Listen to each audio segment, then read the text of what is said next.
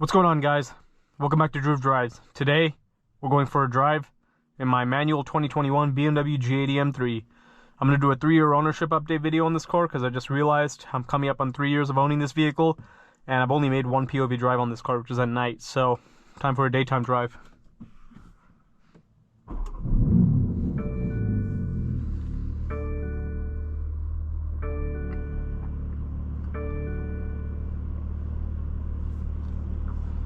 So yeah, as I mentioned, I've had this car for roughly 3 years. It's a 2021 model, and I bought it in 2023 January. And so yeah, coming up on that. And I absolutely love this car. It's really fun to drive. It looks really cool, and it's an awesome vehicle. So I was specifically looking for a manual transmission car, and then this one popped up. I bought it used. I got a really good price on it. It only had 3,000 miles on it when I bought it, and I only have like 16K miles now, which is funny. I don't really drive a whole lot.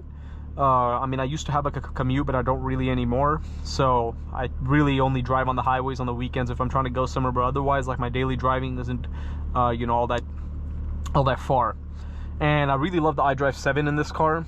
I don't like the iDrive 8 in the newer G80s. I actually hate it in the G80. I think it doesn't match the characteristic of the car, but this gauge cluster and this iDrive 7 looks a lot better to me. And yeah, manual transmission, awesome. I wasn't gonna buy a competition at all because I didn't want an automatic. I probably wouldn't have bought it. And you put this vehicle in reverse, you have a backup camera. And so the manual G80s have like 473 horsepower. It's actually more than that. BMW underrates it. Competitions have 503 horsepower.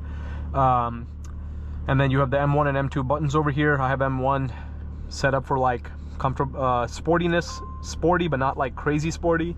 And then M2 is the most sportiest settings, which will also turn off like your traction control and everything like that. You also have wireless Apple CarPlay and Android Auto in here. And but yeah, as I mentioned, I absolutely love this vehicle. And modifications wise, I like to have an OEM plus kind of vibe when I modify my cars. So I really don't have a whole lot done to it. I have a Valtronic equal length mid pipe, which I didn't have when I filmed the last video I made on this car like last year. So I have the Valtronic equal length mid pipe. I have the yellow DRLs on this car. I also lowered the vehicle on H&R lowering springs, which we'll take a look at in a second. I also have MAD spacers. I also have a MAD skid plate. Skid plate's very important on this car, on all the G8Xs, because like there's a really dumb design for BMW with a open exposed oil cooler, and if you hit like road debris, you're cooked. Like, you're gonna leak oil everywhere, and you can grenade your car that way. So make sure you get an oil cooler if you get this car. I also have a few other cosmetic upgrades. I have the black interior. I don't have the carbon bucket seats, but the comfort seats are fantastic because you have ventilated function, and you have this lights up at night, which is really cool. And I don't have the sunroof. I have the carbon roof, which I think looks a lot better. But let's walk around the car now. I also have a Harman Kardon sound system. I wish the M3 came with Bowers & Wilkins as an option, but it doesn't. So I have black sapphire metallic. I have a full front PPF on this car. Carbon roof's PPF'd. Rocker panels are PPF'd, and the rest of the car is ceramic coated.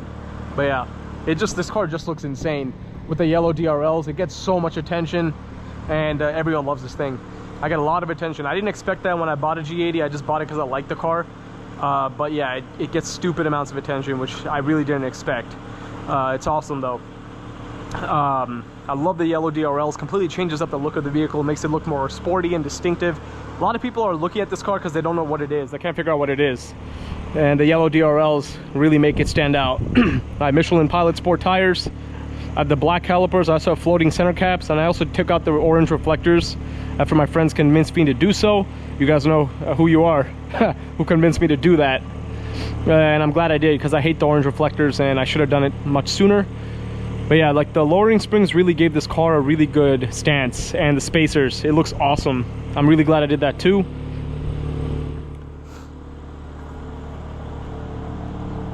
And I have the silver badge. The base M3s have the silver badge, and I want people to know it's a manual. I don't want to black out the badge for that reason. We call it the chrome badge of honor, some us manual owners. You also have, and I love the quad outlet exhaust, the Valtronic equal length mid pipe. Let me retain my factory exhaust, and I love the factory exhaust. They look awesome.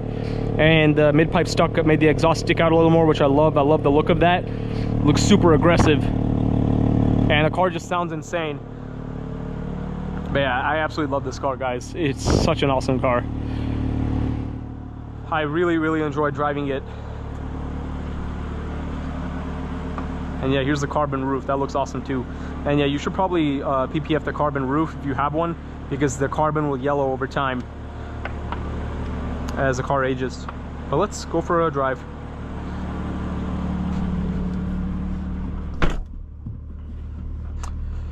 So, one thing I love about iDrive 7 is the M mode. It's awesome. You get a giant tachometer in your head-up display, and then the set. It is a little bit distracting in traffic though, so I only really use that on the highway. And then this right here will change up a little bit as well. But let's get out on the road now.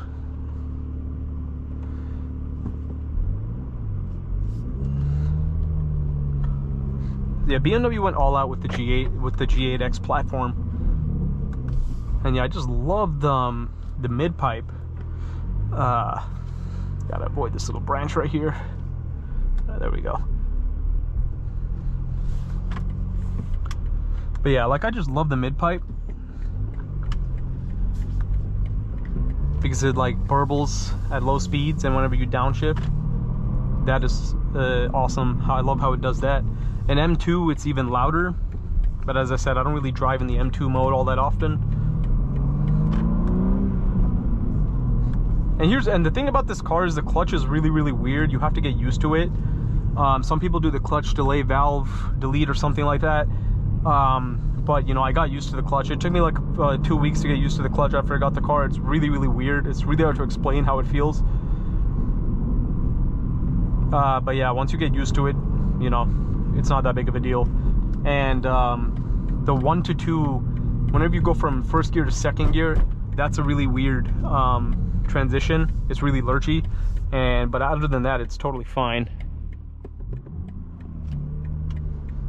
Like, sometimes I think about getting a short shifter, but honestly, I love the factory throws in this car. Plus, I have really long arms, so I mean, honestly, it's fine by me.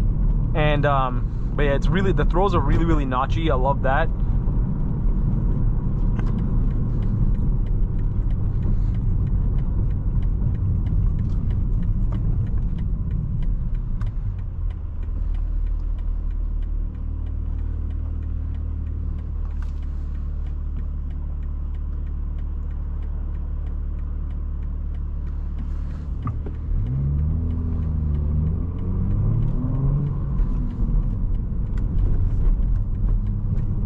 And as I said, the steering is awesome. So like, I mean, I've driven the E90, M3, F80, F82, all that stuff. I've never driven an E46. But yeah, honestly, like, the G80 is just insane.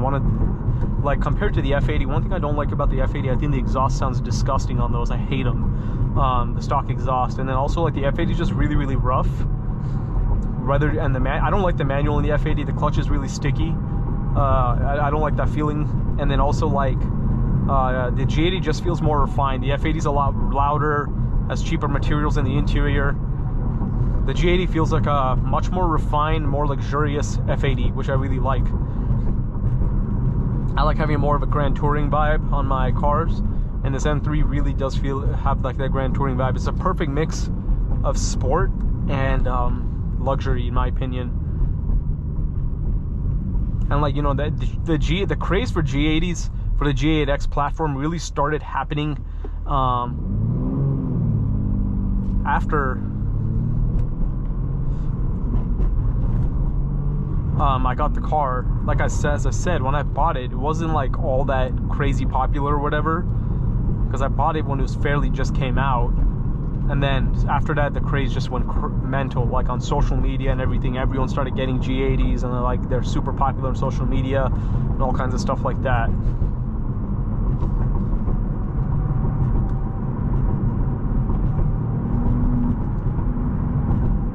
But yeah, the seats are really comfortable too, as I mentioned. Sometimes whenever I sit in some of the carbon bucket seats that some of the guys I know with M3s and M4s and stuff have, I'm like, man, I wish I had them. But the thing is, I really like the ventilated seats. Plus, I got my car used, and I got this car in the low 70K range, right? And that was my budget. I didn't really have the budget to spend 100 G's on a car. And I think at this price point, this car is worth every penny. Once the M3 starts creeping towards the $100,000 range or more, the value kind of diminishes to me. There's a lot of better cars out there for 100 grand, in my opinion. Like all these individual M3s, they're cool and all, but man, they're expensive. Like if you want like an individual compact drive with like a cool color and all that, carbon bucket seats and all this stuff, you're spending like 115 grand. I might as well just like, again, you could get like some kind of used supercar for that. And again, like, and I'm saying that as a G80 owner. I think in the price point I got this car at, it's worth like every penny. But at the end of the day, it just depends on your budget, I guess. But all I know is if I was spending 100K on a car, I wouldn't buy a G80.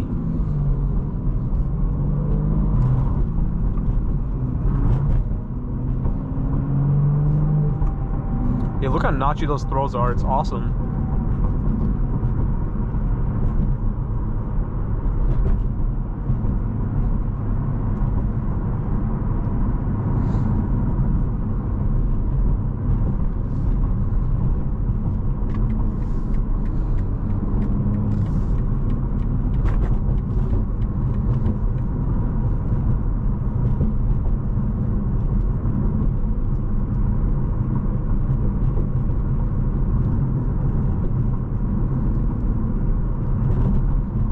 One thing I really like about oh yeah, and another thing I mentioned, I forgot to mention, laser lights were a must for me. I was not gonna buy this car without laser lights because I think the base ones, I call them the poverty spec headlights, they're disgusting. I hate those headlights. I would have not bought this car if it didn't have lasers.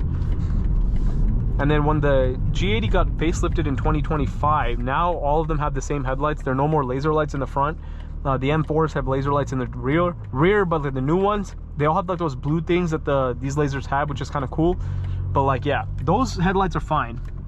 I like those. I still prefer lasers over like the poverty spec lights in the pre-LCI and the current LCI headlights.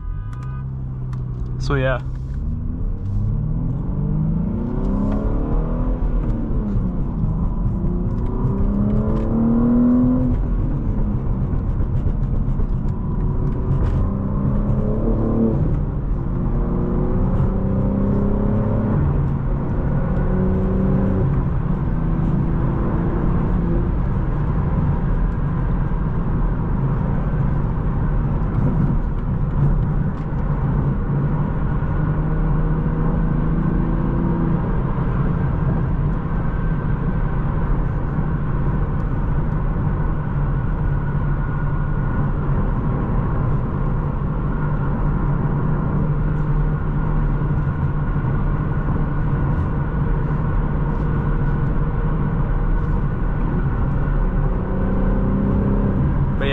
The mid-pipe, these cars are really quiet stock.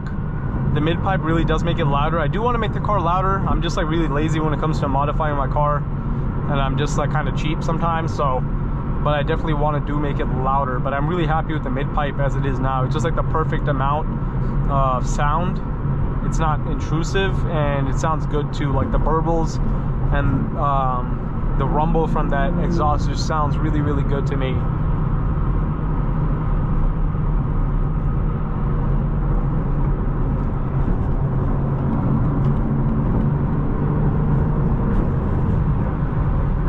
M2 mode.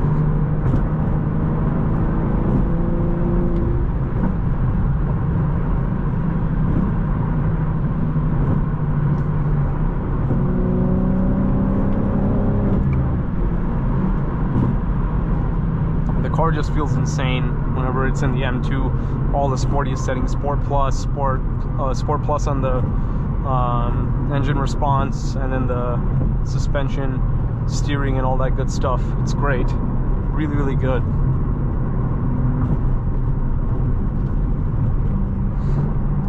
Because like, the throws are notchier too. That's crazy.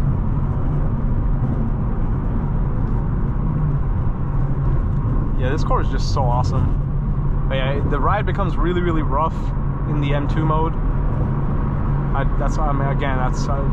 really don't drive it all that much in this mode.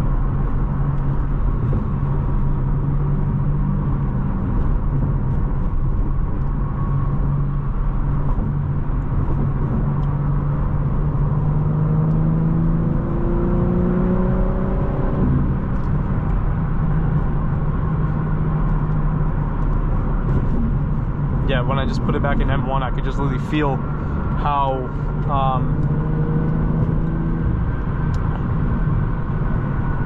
less rough it became, which is crazy, you know.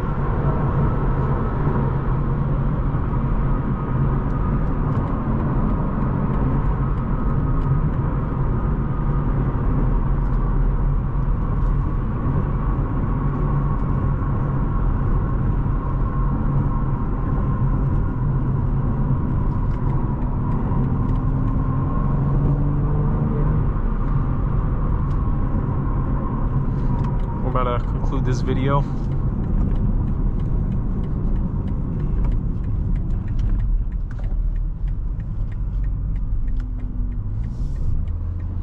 And I'm also thinking about getting like a front lip or something soon on the car. But I just need to be really careful around bumps and everything like that. And I know sometimes I'm clumsy, so I probably won't be surprised if I get a front lip and break it, especially because the car is lowered. But honestly, like, front lip isn't even necessary on this car because of how aggressive it looks. And here's the backup camera in action.